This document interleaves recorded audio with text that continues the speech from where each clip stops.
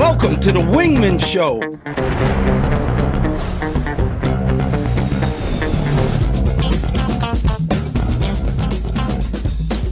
We are floating like butterflies and stinging like bees.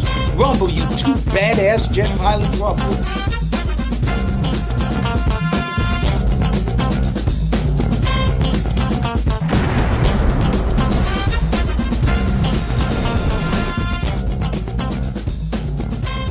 Welcome to the Wingman Show, where we're floating like butterflies and stinging like bees.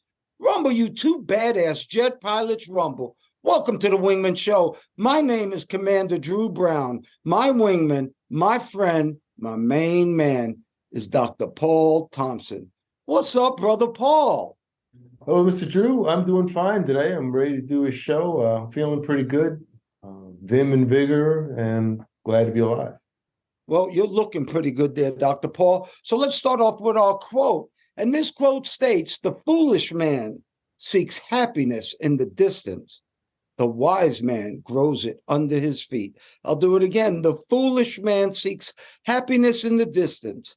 The wise man grows it under his feet. And the person who said that, believe it or not, was James Oppenheimer. And he's the one who invented the nuclear weapon. Believe it or not, I lived in St. Thomas for 10 years, and the island right next to St. Thomas is St. John's, and we can see it actually from where I lived. And Oppenheimer bought a house right on the water, a yellow house that I won't ever, it was called the Oppenheimer house. But after he invented this nuclear weapon and he found out what he could do to mankind, he went to that house and became a recluse and didn't talk to human beings anymore. How about that one, Dr. P? Yeah, that's interesting. I saw the movie about him recently, a couple months ago, called Oppenheimer. Yeah, like you said, he's considered the father of, I guess, the atomic bomb. Worked on the Manhattan Project, originally from New York City, and yeah, he made the big boom. That's the big boom. And then towards the end of his life, or near the end of his career, he kind of turned against nuclear weapons, and he'd actually had a past history with the Communist Party, and they essentially got rid of him. Oh wow! Yeah, maybe that's how he ended up in the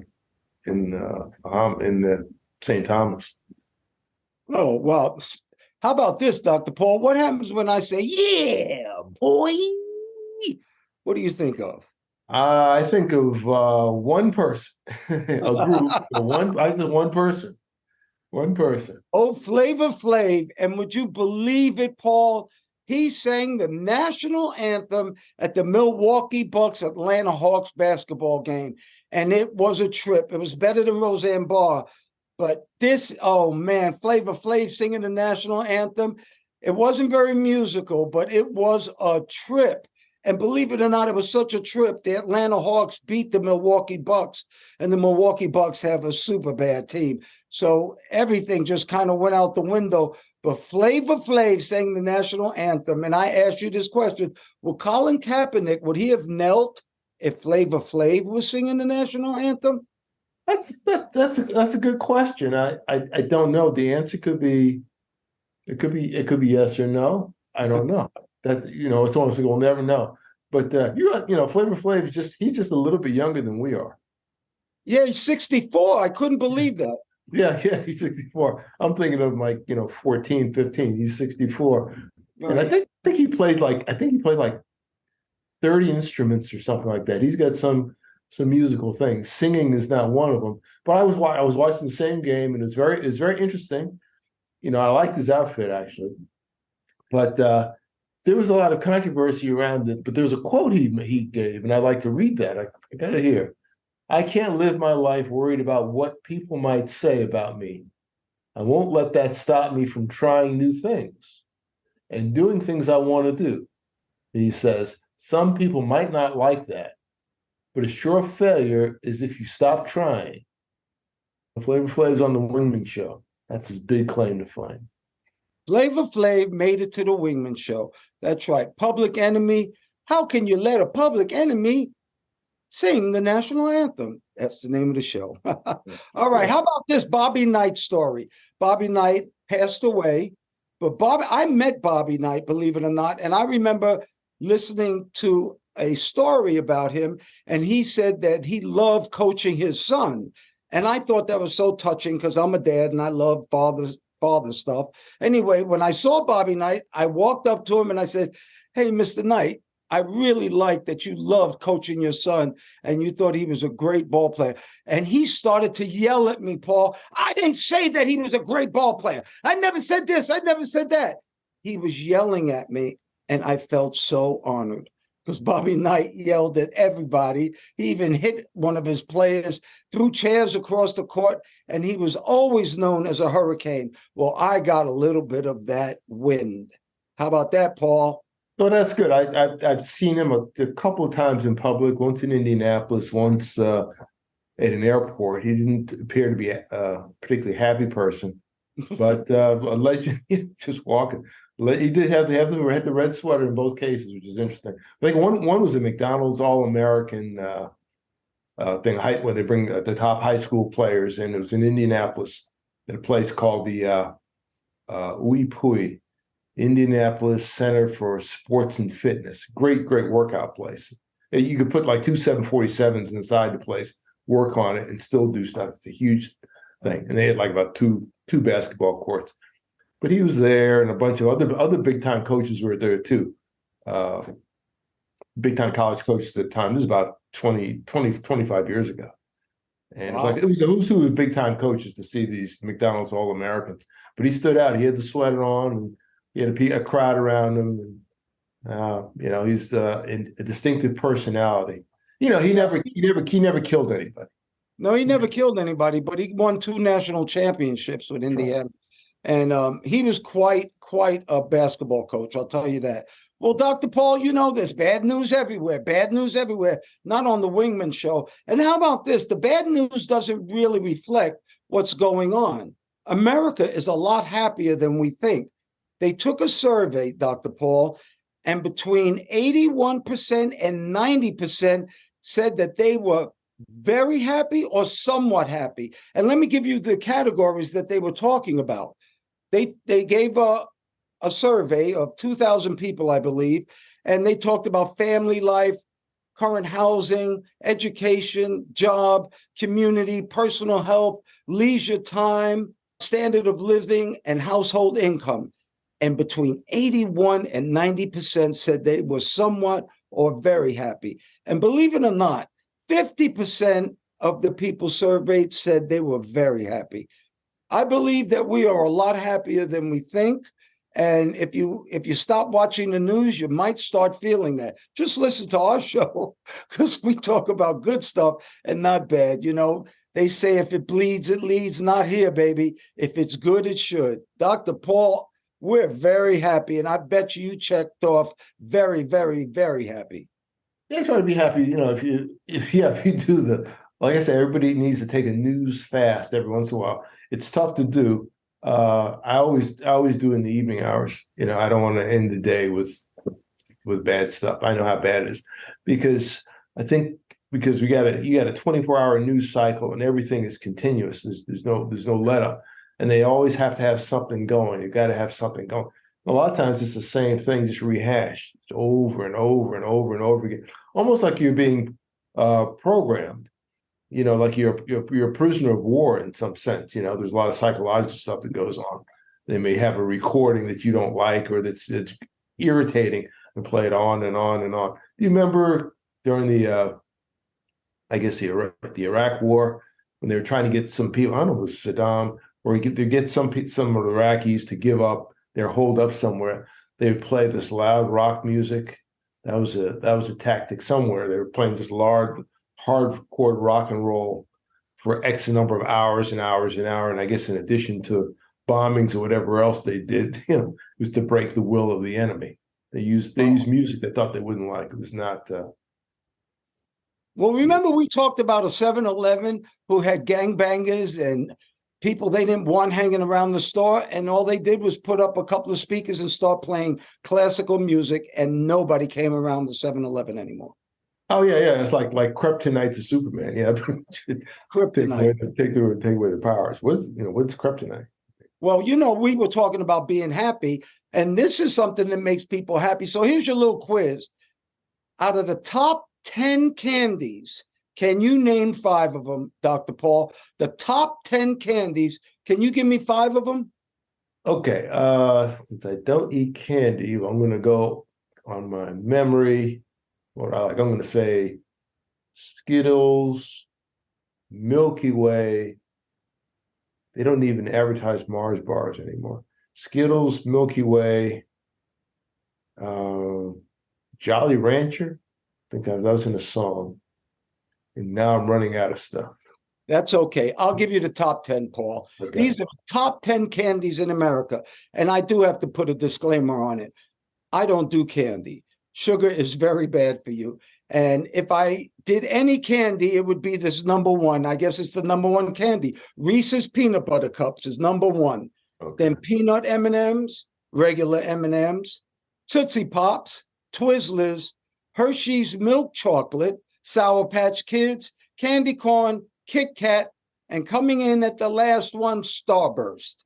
How about that? Those are the top 10 candies, Dr. P.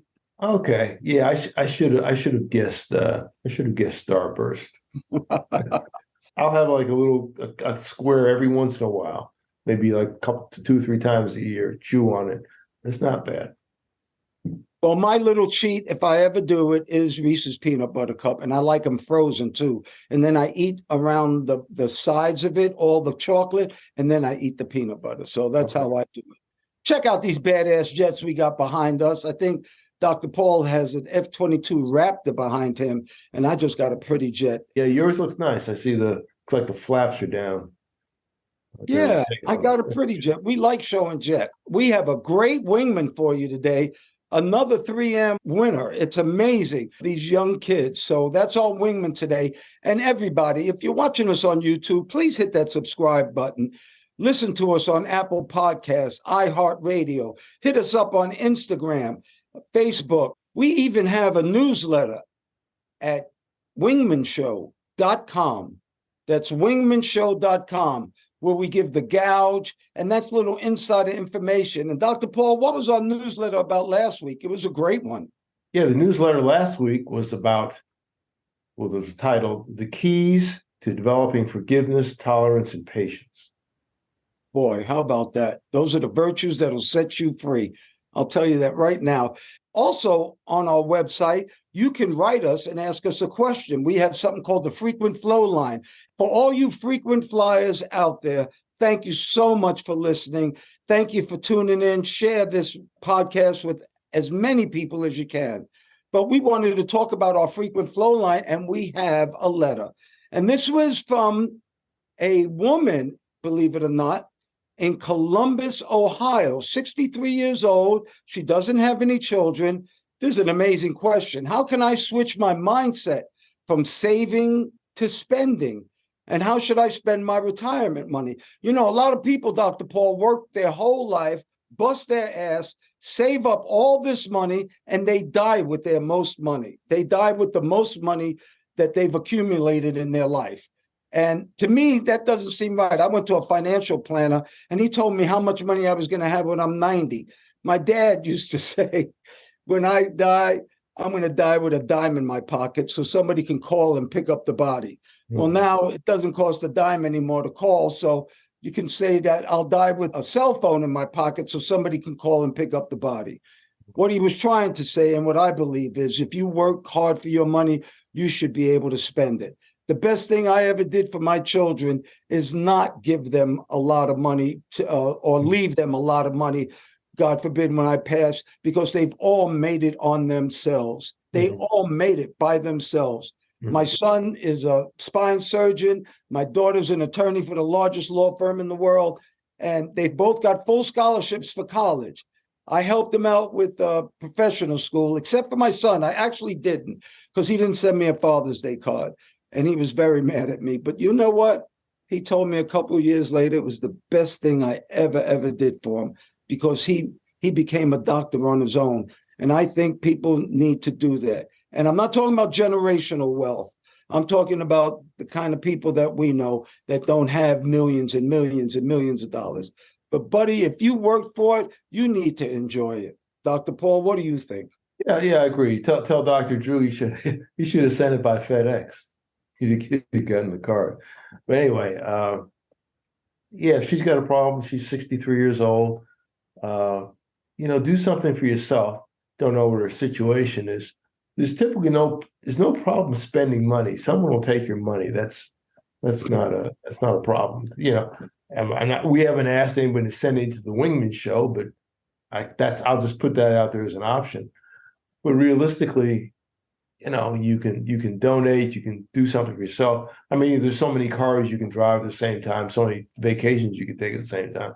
You can always do something for someone else. Since we're in a world where a lot of people need a lot of money or just a little money to do small things, just what you would consider maybe a small amount of money might be life-changing for somebody.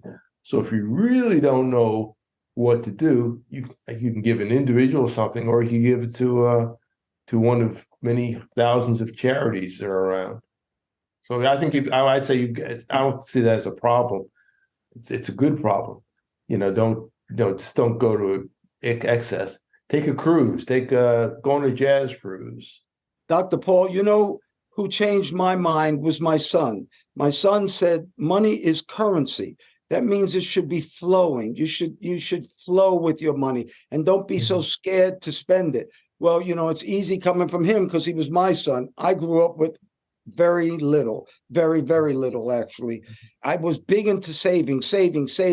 So spending, believe it or not, that mindset that this lady was talking about was very prevalent with me, but I've changed that. Did you know, Dr. Paul, that medical debt is the leading cause of bankruptcy in America? Yes, well, I've heard that. Yes. Well, guess what? Some people have made a change in that. Why don't you tell me yours and I'll tell you mine? Well, here's one that's interesting. The city of Columbus, Ohio, has found itself with some excess funds, and they're using $335 million to erase medical debt for certain residents in Columbus, Ohio. And it covers people with between a certain income range. A family of four that falls in the income range between $55,000 and I think $110,000 will have their medical debts forgiven. If you make under $55,000, you're not going to get billed at all. If you made more than that, apparently you got billed. If you made up to 111, you fall in line, and they'll get letters saying their medical debt is going to be forgiven. They think it'll cover maybe 20% or 30% of the population. The little kicker is it's not forever. It's medical debt accumulated between the years of 2015 and 2020. So Wow. it's a slice of money. But it's better than nothing. If you're one of the people getting the letters, that's a good thing. And that came from some of the American Rescue Plan money that went around ran around the country.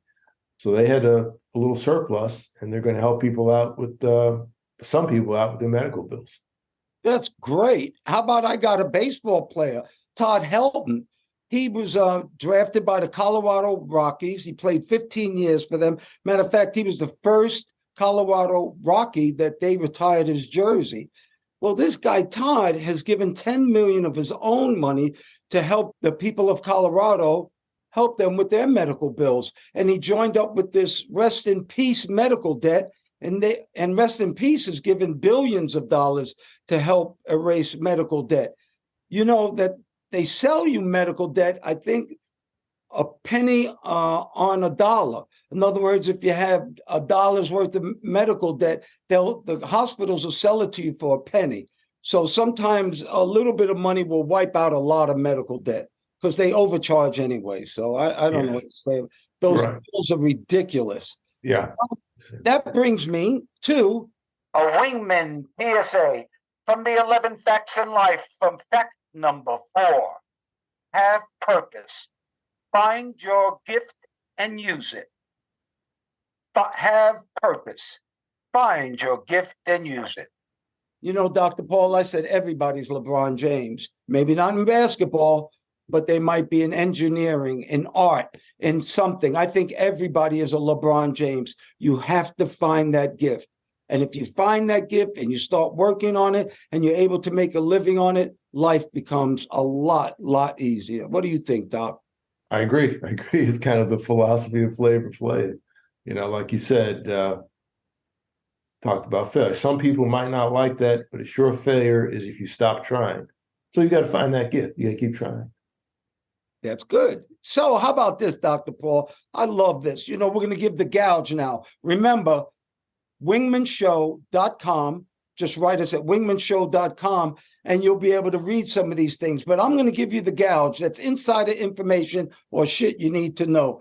So the gouge today is on the top associate's degrees. An associate degree is 2 years. A bachelor is 4.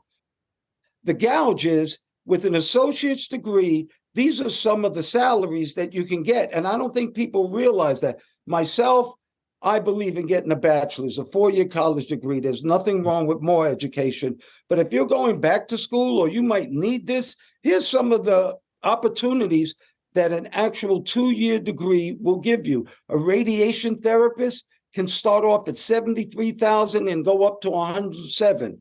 Software engineering start off at $65,000, go up to $105,000. Instrumentation technology, instrumentation and control engineering, project management, instrumentation and control can all go from around $50,000 to $95,000.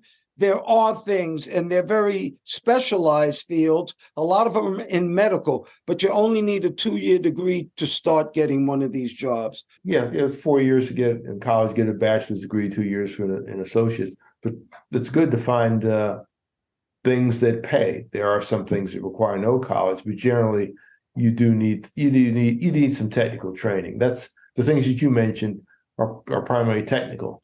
You know, nothing's physical, tote that bars, lift that bale or whatever. You got machines that do that. Because the reality is you have to do something with your mind. Like I said before, you see these construction projects going around and they could be bridges, massive things being put up there. And you see like about, 4, 6 people around at the most. And one's got a coffee cup, staring at the sky. And after a few months or maybe a year, you get this magnificent thing that's there. I see this was a hotel that went up near me.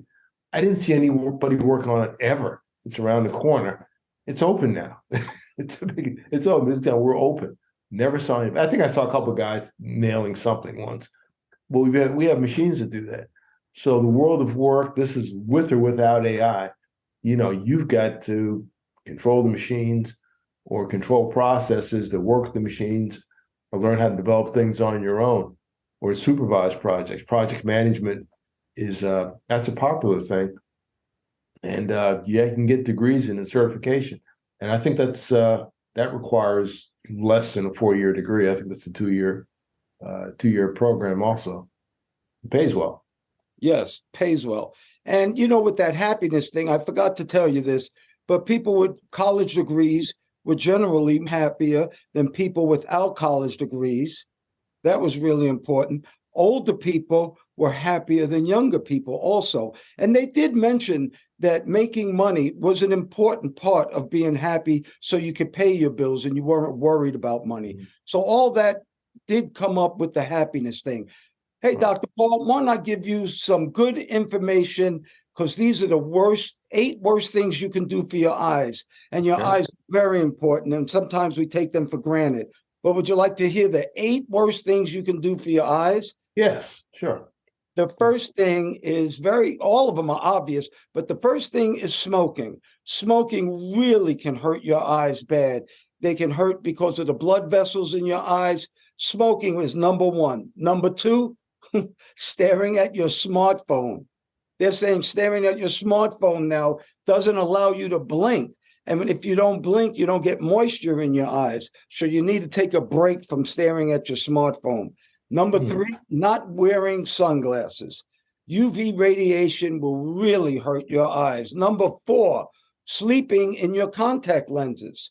And that's because they have bacteria in them. Number 5, rubbing your eyes. Rubbing your eyes can actually put more dirt in your eyes. Number 6, sleeping with your makeup on. Oops, I don't have to worry about that, but a lot of people do. Number 7, heavy drinking. Yeah, whiskey will ruin your eyes a lot more ways than you think. And the 8th one is skipping on nutrients. You know, you need your carrots, you need your vitamin A, but these are little things that are very important for you to keep your eyes healthy. And I thought that was important that we put that out there, Dr. Paul. Yeah, I guess the biggest one that captures most people, I don't have much problem with most that you mentioned, but staring at your smartphone. That was your number 2. But some places, and everywhere, people they really have their heads buried in their phones. I can give you an example. Just the other day, about less than a week ago, I went to a place to get some frozen yogurt. It's one of my things I treat myself every once in a while. Very nice place. I went in there and they were having like a kids party in one section of it. They have like a little section for it. And I guess there was a party going, these little kids, and they're running around like crazy. I mean, they're running around. It's like a Bobby Knight basketball game practice. There's like about 8, 6, 5, and 6-year-olds running around crazy. I had to dodge a couple as I'm just walking to the machines. No one's saying anything. And the parents are around, they're young parents. They have their heads buried in the phones. I noticed this. It's interesting walking it. There's like 6 or 7, 8 of them. Eventually someone said, hey, why don't you stop running so much? It was me growing up. I'd have been on the floor. I'd have been wheeled away in an audience, in an ambulance or something. But everybody, these are adults in their 30s and 40s, they're just buried face down in the phones while the kids are raising a ruckus in a place of business. It was my business. You wouldn't be doing that. But anyway, I digress. That's okay. It's your show. You can digress. You can do anything you want, Dr. Paul. How about this? The name of our show is The Wingmen. So once a week we have a wingman, and I have a good one for you this time. Did you know that 10% of the entire world's population gets middle ear infections? And a middle ear infection is also called acute otitis media, or AOM. Well, what if I told you a 14-year-old young lady from San Diego named Leanne Fan actually has made a headset called the Finson headset, and this will get rid of middle ear infections. Incredible, low cost. There are over 700 million cases a year of AOM, or middle ear infections, recorded each year. 21,000 people die from it. The amazing thing is that it really affects poor people and children the most. Well, this girl, Leanne Fan, she came up with a headset that has blue lights in it. It can detect the infection and it can cure the infection. 14 years old. We had one last week, Dr. Paul told you about, who helped cure skin cancer with a soap. Well, now this 14-year-old from San Diego, Leanne, has made headphones that actually can cure middle ear infections. She won $25,000. This for young scientists. The 3M Corporation puts this on every year. What do you think about that one, Dr. P? That's fantastic. And if you took their ages together, this week Leanne and the young man last week, they're both they're under 30. 14 and 14 is 28. But you can do a lot when you try. Once again, I mean, this is these are LeBron James examples that you were talking about, essentially, or maybe above, because LeBron entertains a lot of people, and what they're doing can help a number of people, maybe the same number, maybe more around the earth with the billions that we have here. Oh, yeah. And when I call it LeBron James, I don't mean what he does is important. I mean, he has a special gift. Mm-hmm. He has a gift that, because he worked on it, now shows the world. A lot of people have gifts. If you don't work on it, it's just a gift. You don't get to use it. Leanne is using her gift.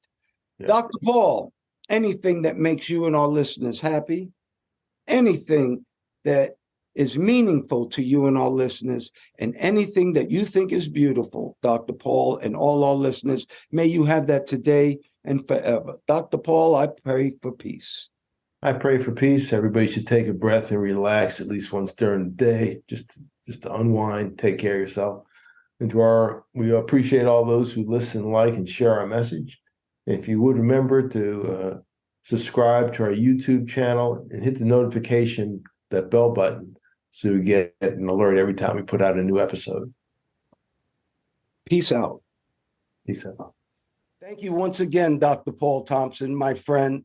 Thank you for your love, your time, and that's something that we won't ever get back. I want to thank all the listeners, too. Thank you so much for doing the show, Dr. Paul. We're jamming. Well, thank you, Mr. Drew, for inviting me on. Always good to talk to you. And ladies and gentlemen, please remember to like, share, and subscribe to this podcast or any of the podcasts. If you're looking at YouTube, they say smash the like button. Don't smash it. Just press it gently and use as a link to all your friends. You can also look at us on our website, wingmenshow.com, WINGMEN show, SHOW.com, altogether, wingmenshow.com. And we hope to see you in the future. Thanks again, Mr. Drew. Oh, you're welcome. And we're still floating like butterflies and stinging like bees. Rumble, you badass jet pilots, rumble. May there be peace on earth, and goodwill towards all men and women.